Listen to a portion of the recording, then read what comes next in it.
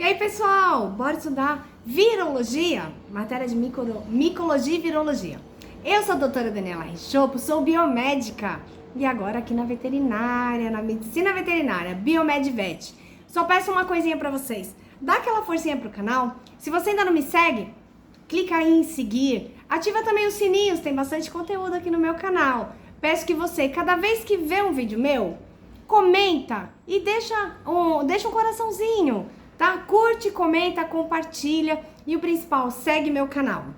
Vocês sabem também que eu tenho um canal no WhatsApp, é o Estude Junto Medicina Veterinária com a doutora Daniela Richopo, onde eu também subo outros tipos de materiais, como por exemplo, link para questionário escrito, tá? Então é isso que eu peço pra vocês. Não custa nada, pessoal. Eu paro tudo pra fazer material pra vocês, pra que a gente possa estudar junto.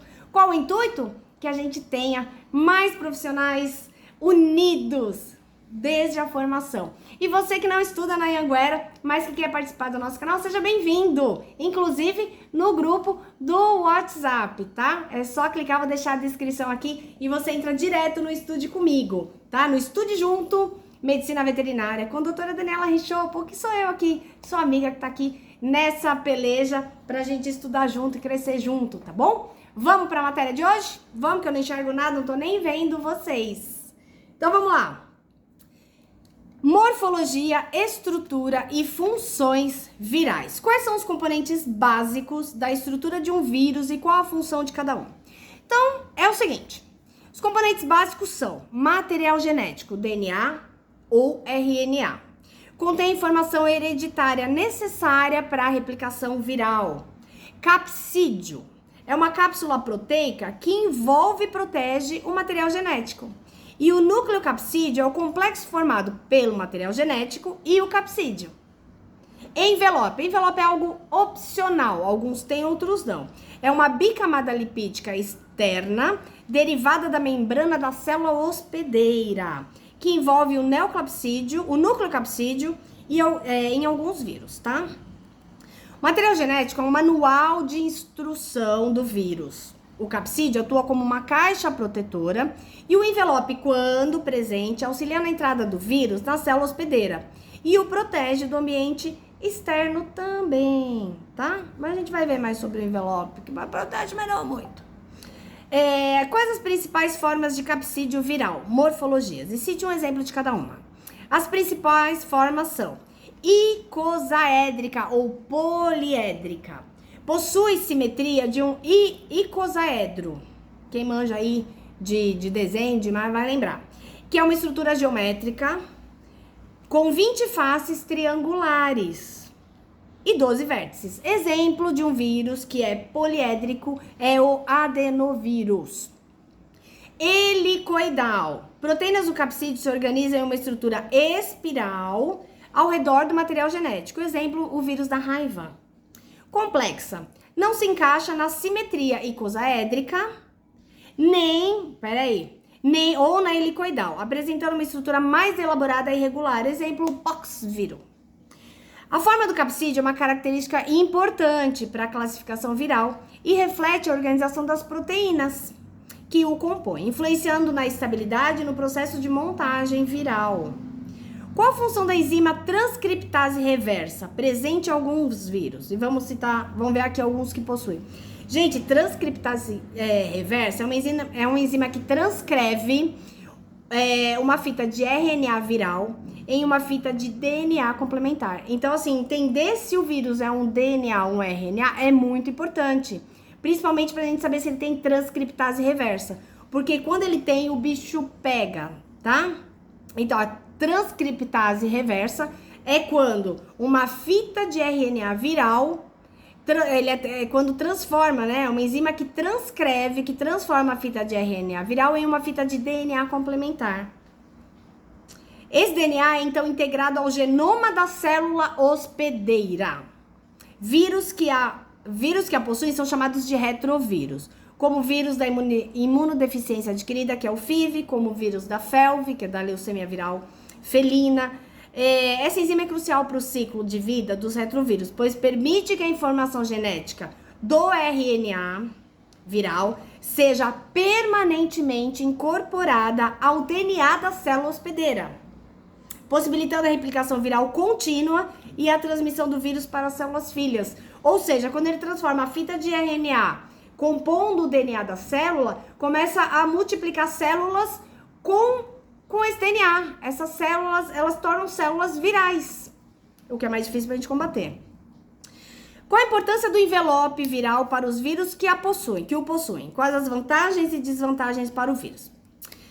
Envelope viral, derivado da membrana da célula hospedeira, contém glicoproteínas virais, que são essenciais para a ligação e entrada do vírus em novas células.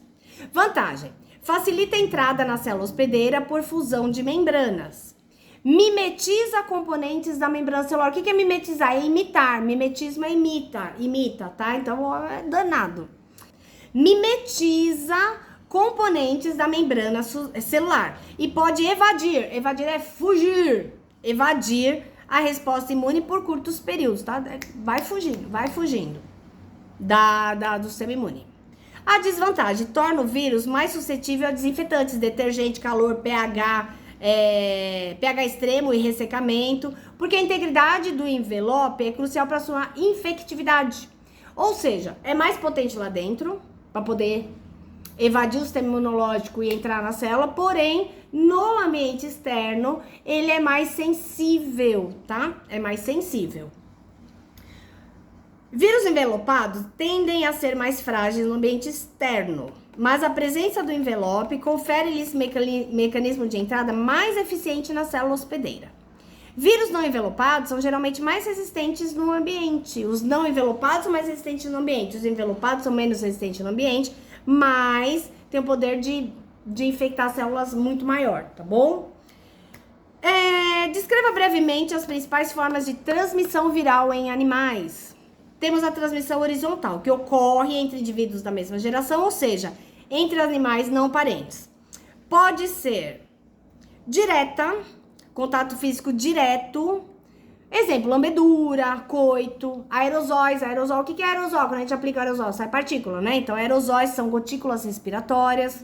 Exemplo, o vírus da sinomose. Indireta, via fômites. Fômites são objetos infectados, tá? Contaminados. Então, via fômites, via veículos, que é água e alimento, via vetores, que são insetos e carrapato. Exemplo disso é o parvovírus caninos, que é via fômites, tá? Transmissão vertical. Ocorre da mãe para o filhote e pode ser transplacentária através da placenta durante a gestação. E aqui a gente vê o vírus da diarreia viral bovina, BVDV. Pode ser perinatal ou lactogênica, durante o parto ou pela amamentação, tá? Pelo leite ou pelo colostro. Exemplo da FeLV.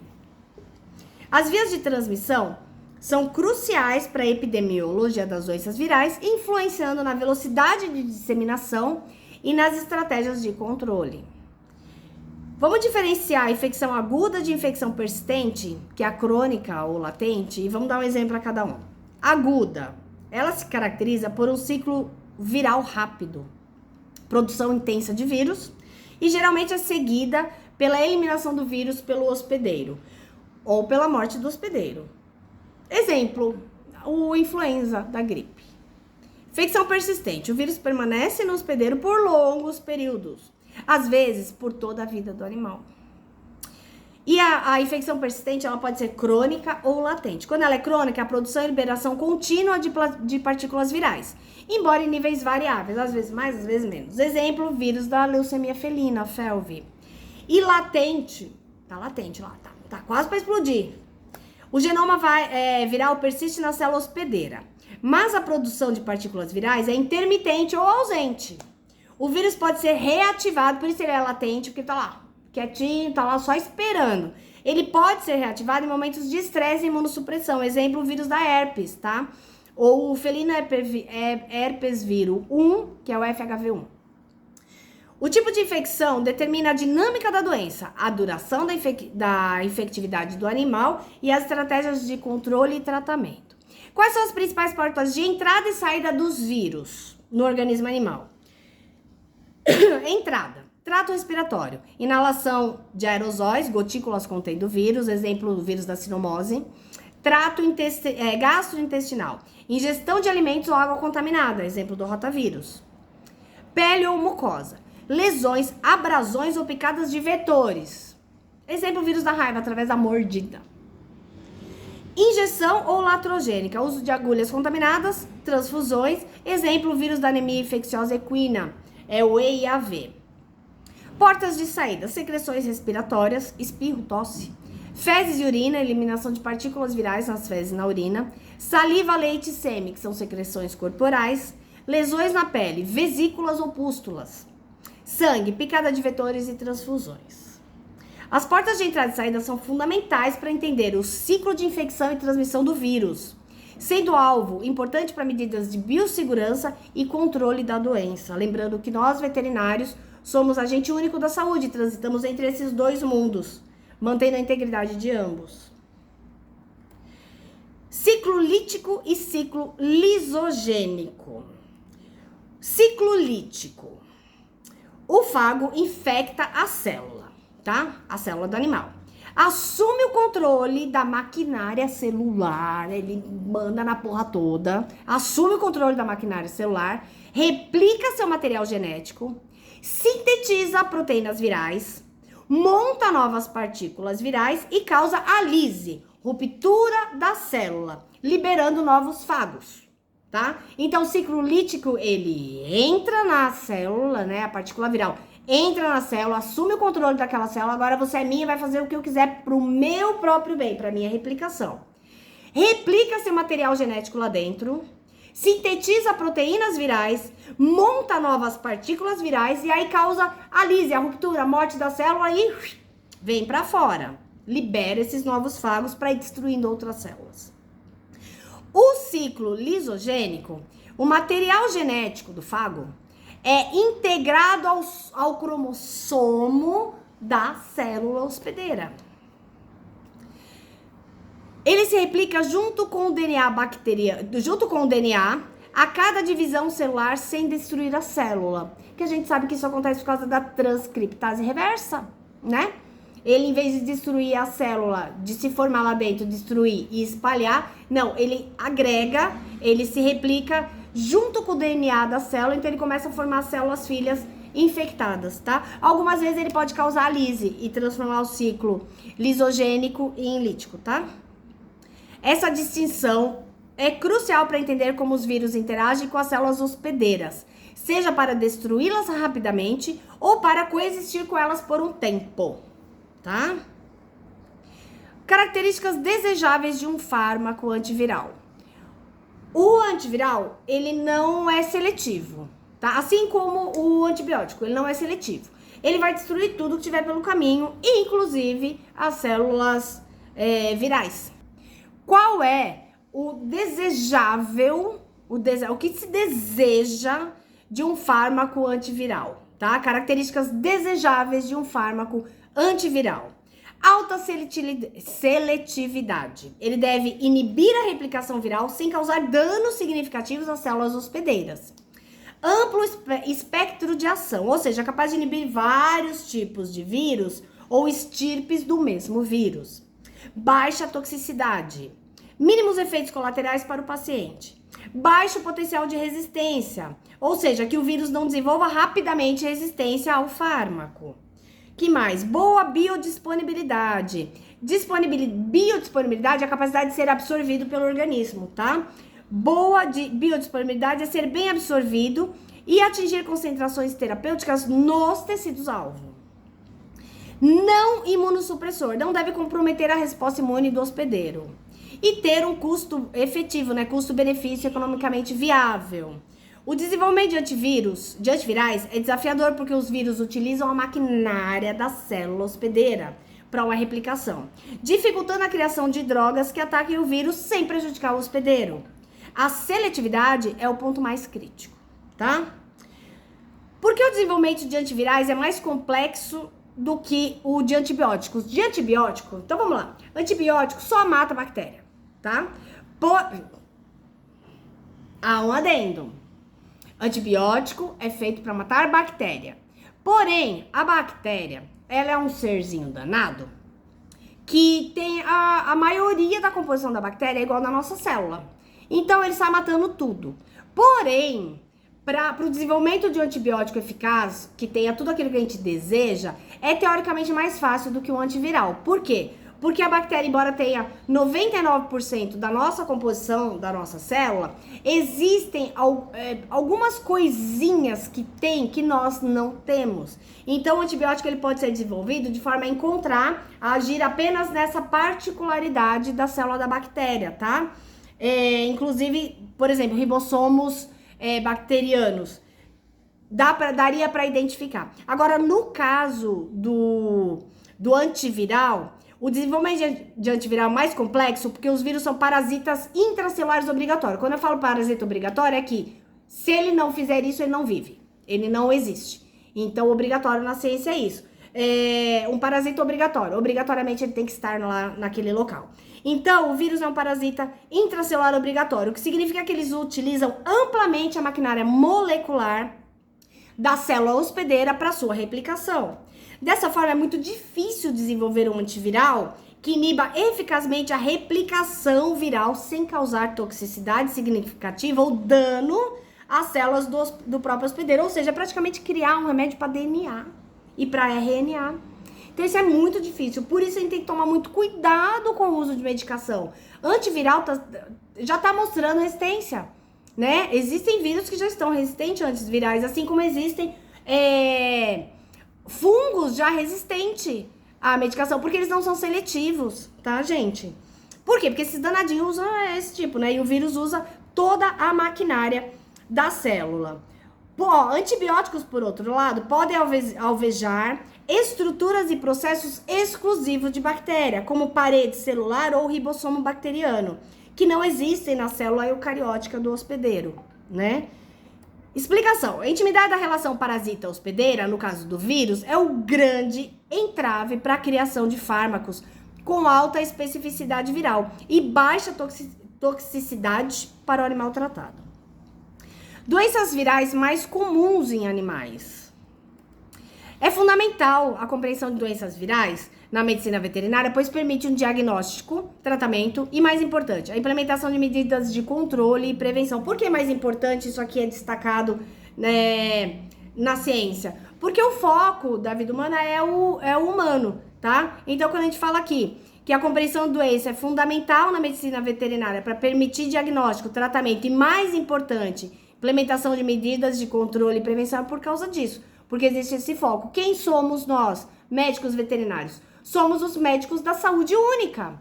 A gente precisa do bem-estar do animal, precisa do bem-estar do humano. O alimento vem do animal, então o animal tem que estar adequadamente manejado e cuidado e vice-versa. Então é essa a questão. O conhecimento sobre a etiologia viral, patogenia e epidemiologia é crucial para a saúde do animal. E em alguns casos para a saúde pública. Lembra? Somos instrumentos da saúde única. Então vamos para as doenças. Sinomose canina. Agente etiológico, vírus da sinomose canina, CDV, da família Paramyxoviridae. Gênero Morbillivirus. É um vírus de RNA envelopado. RNA, transcriptase reversa, lembra da bagaça toda? Complica. Tipo de transmissão, principalmente por contato direto com secreção respiratória. Aerosóis, gotículas de tosse e espirro. De animais infectados. Pode ocorrer também por contato indireto com fômites contaminados. Fômites são objetos. Patogenia e efeito. O vírus atinge linfonodos e se replica em células imunes. O filho da mãe não só escapa do sistema imunológico, como ele usa o sistema imunológico para se replicar, as células do sistema imunológico, causando imunossupressão. As células que eram para estar combatendo viraram células virais. Disseminação para epitélios respiratórios, gastrointestinal, urogenital e sistema nervoso central. Quem já viu um animal com sinomose num estágio onde já atingiu o sistema nervoso central sabe o que é isso. Sinais clínicos: febre, letargia, anorexia, secreção ocular, muita gente, tipo muita, tá? E nasal, serosa e mucopurulenta. Tosse, diarreia, vômito. Em casos avançados, sinais neurológicos como tiques, eles ficam se debatendo, convulsões, paralisia e cegueira. Pode haver hiperceratose das patinhas, que é o hard-pad disease. Grande coisa falar esse nome em inglês. Virulência, alta morbidade. Morbidade é quando derruba o bicho, deixa ruim. E alta mortalidade, especialmente em filhotes não vacinados. Vacine! Zoonose. Não é considerada uma zoonose, tá? A sinomose não é zoonose, só faltava essa também, né? Sinomose não é zoonose. Afeta principalmente canídeos, mas pode infectar outros carnívoros selvagens. Ela não é zoonose, mas olha aqui. Tratou um animal, atendeu um animal com sinomose, pelo amor de Deus. Os fomites podem contaminar o próximo que entrar na sala. Ou até mesmo você contaminar os seus em casa, tá? Parvovirose canina. Agente etiológico, parvovírus canino tipo 2, CPV2. Da família Parvoviridae, gênero Protoparvovírus. É um vírus de DNA não envelopado, ou seja, ele é mais resistente no ambiente. Porque não é envelopado, ó, o que torna muito resistente no ambiente. Ou seja, ficou ali, não passou a vassourinha de fogo, não fez as medidas, ele tá lá no ambiente, pode contaminar o próximo que entrar. Tipo de transmissão, contato direto ou indireto com fezes contaminada via fecal oral. O vírus é altamente resistente no ambiente. Patogenia e efeito. O vírus tem tropismo por células de alta divisão, como as do epitélio intestinal, criptas de Lieberkühn e células linfóides. Causa necrose das criptas, levando a má absorção e diarreia severa. Também ataca a medula óssea, causando leucopenia. Leucopenia é quando baixa os linfócitos, tá? Sinais clínicos: vômitos intensos, diarreia hemorrágica, anorexia, letargia, desidratação severa, febre e leucopenia. Filhotes são os mais afetados. Virulência, alta morbidade e alta mortalidade, especialmente filhotes jovens. Também não é uma zoonose, mas podemos ser instrumentos de transmissão, né? A partir do momento que a gente tiver contato e principalmente porque ele é muito resistente no ambiente. Leucemia viral felina. Nós vamos ver aqui algumas doenças que são virais. E aí eu abro um adendo aqui para um pensamento científico. Será que não falta estudo científico na área humana para a gente identificar? Porque, por exemplo, a leucemia, ela acontece e não tem um porquê específico. O câncer acontece e não tem um porquê específico. Será que não é viral? Será que essa atenção não deveria ser voltada também para o humano em pesquisar isso? Porque eu vou te falar, como biomédica, quando eu entrei na medicina veterinária, me espantou. Como assim uma leucemia viral? Como assim um câncer viral? E começou a me trazer esse tipo de pensamento. Vamos evoluir. Evoluir na ideia. Agente etiológico da FeLV. Vírus da leucemia felina, FeLV. Da família Retroviridae. Você ouve esse nome, já dá até uma coisa, que você sabe que retrovírus tem transcriptase reversa, que em vez de só matar a célula e sair se espalhando, entra no DNA da célula e replica a célula viral. Ou seja, é difícil pra caramba pra matar. Pra exterminar, né? Porque não é vivo, a célula é viva. Gênero Gamma retrovírus. É um vírus de RNA envelopado com transcriptase reversa. Envelopado significa que ele não dura muito tempo no ambiente, mas ele faz um estrago porque ele tem uma forma de entrar mais rápida ainda. Ele é protegido para se evadir do sistema imunológico, né? E a transcriptase reversa já expliquei. Tipo de transmissão, principalmente por contato direto prolongado. Saliva, urina, fezes, secreções nasais. Especialmente por briga, lambedura mútua. Compartilhamento de bebedouros e comedouros, que são os fômites. Transmissão vertical. Transplacentária e lactogênica. Também é importante ressaltar isso, tá? Transplacentária e lactogênica. Na lactação. Patogenia e efeito. O vírus infecta os linfócitos e outras células da medula óssea e tecidos linfóides, causando imunossupressão. Lógico, ele infectou, dominou a parada, agora quem manda no sistema imunológico é ele. Então, lógico que o animal fica imunossuprimido. Anemias, causando também a imunossupressão severa, anemia e predisposição a linfomas e outras neoplasias. Linfomas e outras neoplasias. Por que linfomas e outra neoplasia? Porque se está produzindo célula não funcional, porque, gente, o nosso DNA tem uma codificação para produzir proteína. As células se reproduzem com DNA para produzir outras proteínas. E quando esse vírus que tem esse RNA e que tem a transcriptase reversa, vai produzir células que não servem pra porcaria nenhuma. Que não serve só para destruir o organismo. Então é normal que você encontre neoplasias, que sejam uma predisposição à neoplasia, porque uma célula sem função, ela só vai replicar e crescer, ela não tem a função de produzir, de reparar, de nada, né? Sinais clínicos variáveis, dependendo da manifestação. Podem incluir anemia, perda de peso, febre recorrente, infecções secundárias, sistema imunológico, lógico que vai ter infecções secundárias. Gengivite, linfadenopatia e tumores, tá? Muitos gatos são assintomáticos por longos períodos, porque o estrago tá acontecendo lá dentro. Quando vem à tona, o bicho tá pegando literalmente. Virulência. É variável, pode causar infecções crônicas e progressivas. Zoonose não é considerada uma zoonose. Nós não pegamos. Panleucopenia felina ou parvovirose felina. Agente etiológico é o parvovírus felinos, FPV, da família Parvoviridae. Gênero, protoparvovírus, é um vírus de DNA não envelopado. Se é DNA, a gente já sabe que estoura a célula, pá. Tipo de transmissão, via fecal oral através do contato direto com fezes ou objetos contaminados, fomites contaminados. O vírus é extremamente resistente ao ambiente, porque ele não tem envelope. Se tivesse envelope, era mais fácil de destruir o envelope. No ambiente.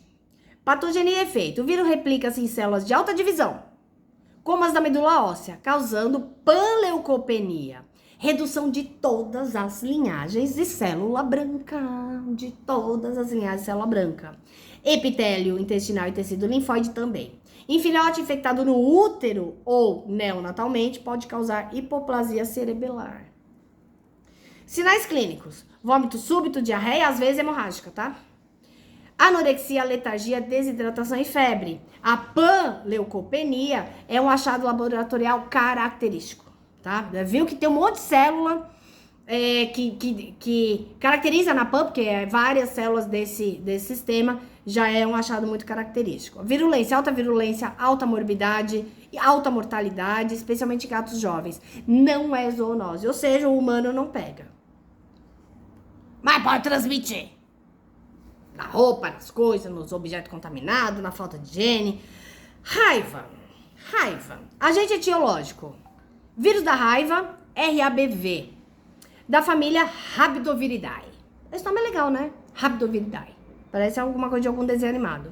Gênero, lissavírus. É um vírus de RNA envelopado com morfologia helicoidal. Mas não podia, né? Podia ter menos, né? RNA envelopado significa que ele não fica muito tempo ali fora, né? Mas lá dentro faz um estrago. Com morfologia helicoidal. Tipo de transmissão, principalmente pela saliva de animais infectados, geralmente mamíferos. Através de mordeduras que inoculam o vírus. Mordo e no buraco eu enfio ele. Raramente por arranhaduras ou contato com mucosa, tá? Patogenia e efeito. O vírus replica-se no local da entrada e viaja ao longo dos nervos periféricos até o sistema nervoso central, onde causa encefalite aguda. Imagina um bicho forte, bravo, de temperamento, com raiva, com uma dor de cabeça enlouquecedora. Em seguida, dissemina-se para glândulas salivares, onde é excretado. Por isso, o animal com raiva, ele fica extremamente nervoso, porque ele tá com muita dor de cabeça, ele baba. Porque em seguida, o vírus, ele se dissemina para glândulas salivares. Sinais clínicos, variações comportamentais, agressividade ou timidez extrema. Paralisia progressiva, ataxia, hidrofobia, em alguns casos. Gente, a hidrofobia, quem já viu, é assustador, tá? Causada pela raiva. Paralisia progressiva, ataxia, hidrofobia, alterações na vocalização, salivação excessiva, fica babando. A doença é quase invariavelmente fatal, uma vez que os sinais clínicos aparecem. Uma vez que os sinais clínicos aparecem, é tarde demais, é isso que quer dizer. Virulência, extremamente alta. A virulência e a letalidade, o poder de matar. Zoonose, sim, é uma zoonose grave e fatal. A transmissão para humanos ocorre principalmente por mordida de animais infectados, sendo a prevenção por vacinação e o manejo de animais suspeitos essencial. O manejo muitas vezes é a exterminação, tá? Influença aviária ou gripe aviária. Vírus da influença aviária HIV, da família Ortomixoviridae, gênero alfa influenza vírus, é um vírus de RNA segmentado, envelopado. Os subtipos mais preocupantes para aves e com potencial zoonótico que pega no humano, são os de alta patogenicidade, o H5 e o H7. Tipo de transmissão, contato direto com as aves infectadas ou suas secreções. Quais são as secreções? Fezes, secreções respiratórias, ou indireto através de fômites. Gente, como é importante a biossegurança na higienização. Fômites, material infectado. Equipamentos, rações, vestuário. Aves migratórias selvagens são o reservatório, tá? Patogenia e efeito. Depende da patogenicidade da cepa. Daquela que tá naquele momento, tá bom? Cepas de alta patogenicidade causam doença sistêmica grave, como hemorragia, edema e necrose em múltiplos órgãos. Cepas de baixa patogenicidade podem causar apenas sinais respiratórios leves. Sinais clínicos. Em cepas de alta patogenicidade, morte súbita, depressão, perda de apetite, edema de cabeça e barbela, lesões hemorrágicas, sinais respiratórios e diarreia. Virulência variável, de baixa e alta patogenicidade, com alta mortalidade em aves com cepas virulentas. Zoonose, sim, é uma zoonose. Embora a transmissão para o humano seja rara, pode ocorrer através do contato direto e prolongado com aves infectadas e seus produtos contaminados. O H5N1 e o H7N9 são exemplos de subtipos que causaram infecções graves em humanos. Vamos dar um adendo aqui? Causaram infecções graves. Não significa causam, causaram. Por quê? Ele é mutável, tá? Esse vírus é mutável.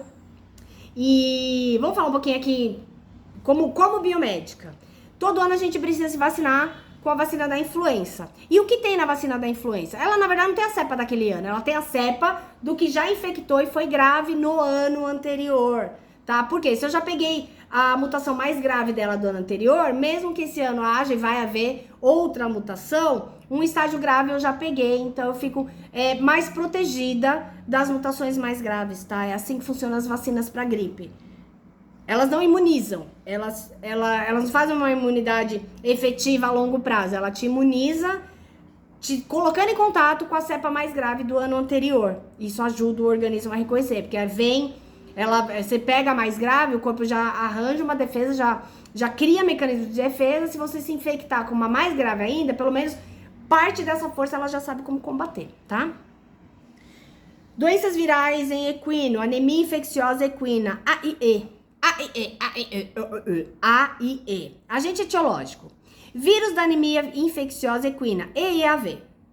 Da família Retroviridae. A gente ouve retrovírus, já dá coisa. Sabiam que a AIDS humana é um retrovírus, tá? A gente tá falando aqui do retrovírus felino, mas lembra, é muito difícil. Gênero lentivírus. É um vírus de RNA envelopado com transcriptase reversa. Ah, meu Deus, se você lê isso aqui, o bicho já o coração. Por isso eu falo, a base da saúde animal ou humana é ciência celular e molecular. Isso daqui é ciência celular e molecular. Eu entender o que é um RNA, entender o que é uma transcriptase reversa, o coração já sai na boca quando você ouve que esse raio desse vírus é um RNA envelopado com transcriptase reversa. Tipo de transmissão, principalmente por vetores mecânicos, insetos hematófagos, como mutucas e tubanídeos, que transferem sangue contaminado entre animais. Ou seja, o raio da mutuca vai lá, pica um bichinho e vai lá e pica o outro. Ele pega o vírus desse aqui e passa pro outro. Olha que filho da mãe, né? Também por instrumento cirúrgico ou agulhas contaminadas e por transmissão vertical, que é muito mais raro. Patogenia e efeito. O vírus infecta macrófagos, levando a uma resposta imune complexa que resulta em anemia, febre, trombocitopenia.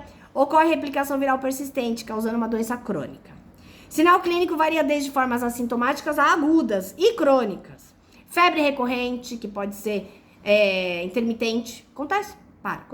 Febre recorrente, anemia, depressão, perda de peso, edema ventral e em membros. E esplenomegalia. Esplenomegalia, vocês só vão ver com o exame de imagem, tá? Então, o sinal clínico na pesquisa de imagem. Virulência persistente, resultando em portadores assintomáticos que são fonte de infecção. A doença é incurável, os animais infectados são geralmente submetidos à eutanásia para controle da doença. Não é uma zoonose, tá? Diarreia viral bovina, BVDV. Agente etiológico da diarreia viral bovina é o BVDV. da família Flaviviridae, gênero pestivírus. Todos tinham que ter o nome de pestivírus. É um vírus de RNA envelopado. E aí? Envelopado não fica muito tempo no ambiente, mas lá dentro faz um estrago. Tipo de transmissão: contato direto com animais infectados por secreções nasais, saliva, fezes, urina, sêmen, leite. A transmissão transplacentária é muito importante, resultando em bezerros persistentemente infectados, são PI. Patogenia e efeitos: o vírus é imunossupressor, afetando principalmente o sistema linfóide. Pode causar quadros respiratórios, entéricos, reprodutivos e a grave doença de mucosas em animais PI, que é persistentemente infectado. Super infectados, com uma cepa citopática. Citopática. Já sabem de onde a gente tá falando. Sinais clínicos variáveis: diarreia, febre, lesões orais, sinais respiratórios, redução da produção de leite, problemas reprodutivos, ou seja, aborto, natimorto, infertilidade. Em animais PI, que é persistentemente infectado, que é aquele que já nasceu, pode levar a doença de mucosas, que é fatal. Virulência alta, com impacto econômico significativo na pecuária, devido às perdas reprodutivas e imunossupressão, e não é uma zoonose. E assim termina o nosso roteiro de estudo programático para essa aula. Beijo, gente. Deixa o seu coraçãozinho. Se não gostar, deixa um não curtir, mas se manifesta. Deixa eu saber que você existe, que você não é um robozinho. Deixa um comentário, manda um coraçãozinho, ou sei lá, uma caveirinha, um cavalinho. E, se possível, compartilha com os amigos. Mas não deixa de seguir o canal, não, e dá essa força aqui pra gente, tá bom?